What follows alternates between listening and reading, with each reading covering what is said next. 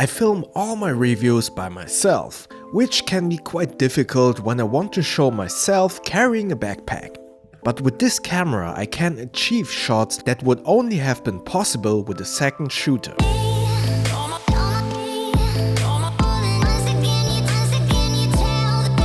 This is the Insta360 One R, a modular 360 action cam. And while, as the name implies, this is a 360-degree camera that records everything around it, I do not use this camera for that type of shots. But before we go into that, let's take a closer look at the camera itself. Furthermore, please be aware that everything that you see coming out of this camera on this review is heavily graded and edited. If you want to see unedited footage and, let's say, a more scientific view on this camera, then there are plenty of good reviews on YouTube, which mostly of them I also watched before actually purchasing this camera. So the One R is a modular action camera, and that fact alone makes this camera very interesting and appealing. To use the camera you need three modules: the base, which is the battery, the brain, which holds the processor, touchscreen display and all the buttons, and last but not least the camera module, which is the one part that you can interchange. So the set that I bought is the twin set, consisting of the 4K action cam module, which essentially makes this a regular GoPro competitor. And speaking of GoPro competitor, as you can see here, the camera module basically has the size of a GoPro Hero 5 session. And the second module of the twin set is the 360 cam module. This is the more interesting part.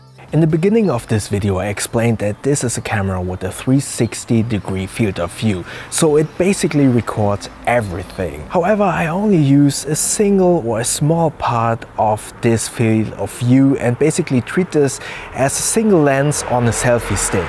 So the big question is, why don't I just use an action cam on a selfie stick? The cool thing about 360 cameras is that they render out the selfie stick and therefore give you a look of a drone flying in front of you. With that, I can just hold the camera on a selfie stick behind my back, and once the selfie stick is removed in post-production, you can view the backpack on my back as if a drone or a second shooter films me from behind.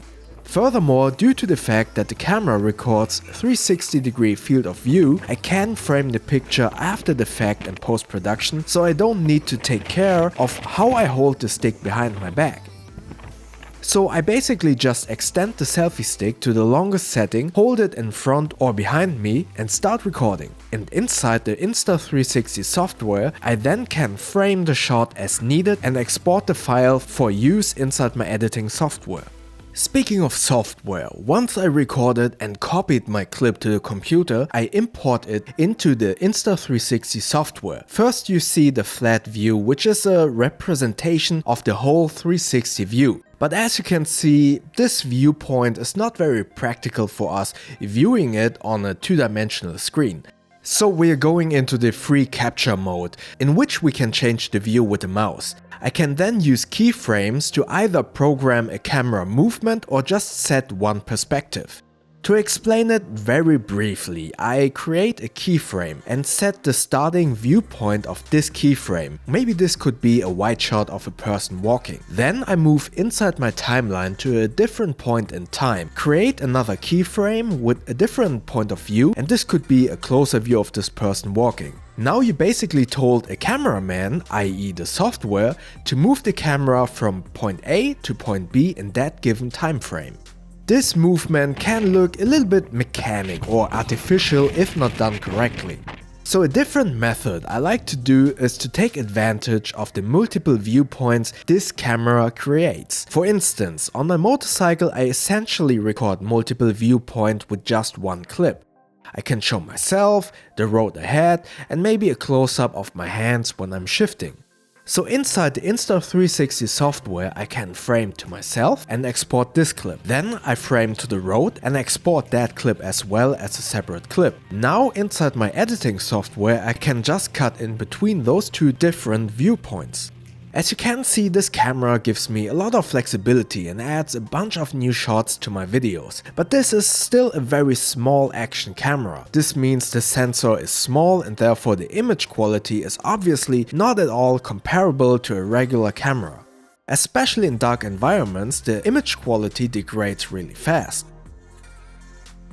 Furthermore, the 360-degree clips need a lot of post-production, as you have seen. For this you will need not only effort and time, but also you need to keep in mind the storage space for all the clips that you export before even starting to import that footage into your editing software. The lenses of the 360 module are very exposed and can scratch very easily, and every scratch on the 360 lenses will be more visible compared to a regular lens. So I would recommend to get one of the lens covers for the 360 lens. Unfortunately, I personally have not tested these lens covers yet, so I'm not sure how they influence the image quality, but they weren't available when I bought this camera. Fortunately, if the 360 camera module gets scratched up or damaged, you can basically just exchange the camera module itself. Speaking of exchanging modules, the battery module is pretty small and the battery life is not the best compared to a GoPro, for instance. And opposed to a GoPro, you need to exchange this whole module instead of just the battery. However, all of the negatives of let's say more complex post-production workflow and the action cam kind of image quality are outweighed by the shots that I can achieve with this setup. Furthermore, in conjunction with the selfie stick that is non-visible, this adds a lot of flexibility and versatility to my shooting style without having to operate a drone or asking someone else to film myself. Moreover, the small size makes it very inconspicuous to film myself in public.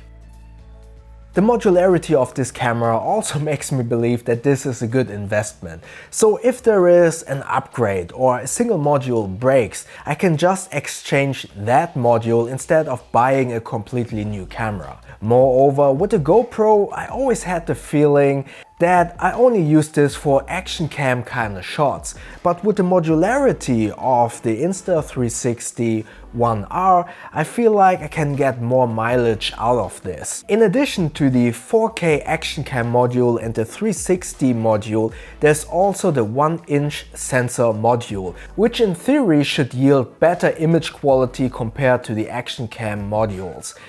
However, I haven't tested this and I really hope that I can test this in the future. So bottom line, if you're thinking about getting an action camera and you are also interested in getting a 360 camera and you do not shy away from the more complex post-production workflow, then I can highly recommend the Insta360 One R. However, if you already own a GoPro and you're happy with it and you just want to add a 360 camera, then I would recommend to maybe go with a dedicated 360 camera like the Insta360 One X, which is available used pretty cheap, or with the GoPro Max, so you stay with one brand, because you basically do not need the 4K action cam module from Insta360. So my question is, how do you like the shots of the Insta360 One R? Let me know in the comment section below, and like always, if you have any more questions, also comment below, and if you enjoyed this video, click the like button.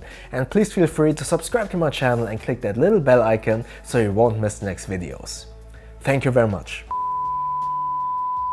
Thank you very much for sticking around. After editing this video, I received a couple of questions regarding the Insta360 One R that I didn't cover in the video itself. So I just want to take this short minute to answer those questions. So the first question that came from Clutch First New York, I'd like to know more about the post-editing process. You have seen that briefly in the video. Also, can you use an ND filter on the 360 camera, and does it shoot in a flat color profile? So the issue with the 360 camera is there is a round dome around the lens. So I'm not sure if it's possible to add an ND filter. There are lens covers for this 360 lens module, but I'm not sure if you could attach an ND filter for that. Maybe they will create like a dome-shaped ND filter for this, but as of now, I'm not aware of an ND filter for this camera. To answer the second question, there is a flat profile. However, it's similar to the GoPro flat profile. It is flat, but compared to like a DSLR or even a RED camera, due to the fact that this is an action camera with a small sensor, the dynamic range isn't that big, and therefore the flat profile is, to me at least, it's just a profile with less contrast. But everything that you have seen in this video was shot in this flat profile and then color graded. So the next question is from T.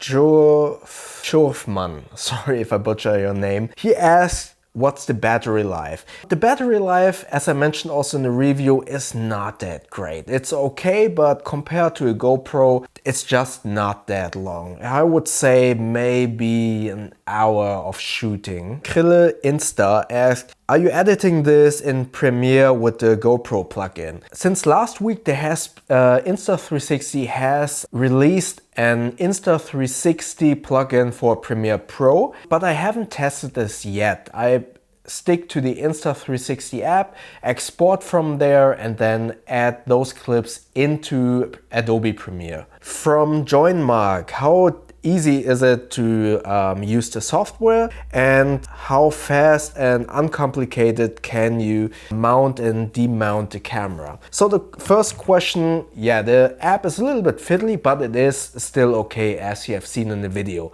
To mount and unmount. So first of all, like to take the camera apart, that is pretty easy. Unfortunately, just detaching and attaching the modules is not the part that is important, because this camera by itself doesn't have a mount. So you have to put it, like the old GoPro cameras, into this cage, and then it's basically has this GoPro mount to it. And so it's pretty comparable to the GoPro workflow, that is. Yeah, we all know the current world situation. It's pretty strange and crazy at the moment, but I hope that all of you are healthy and safe at home. And yeah, I really hope that we all can get through this with a positive mindset, all safe and all healthy. We will definitely get through this together. Thank you very much.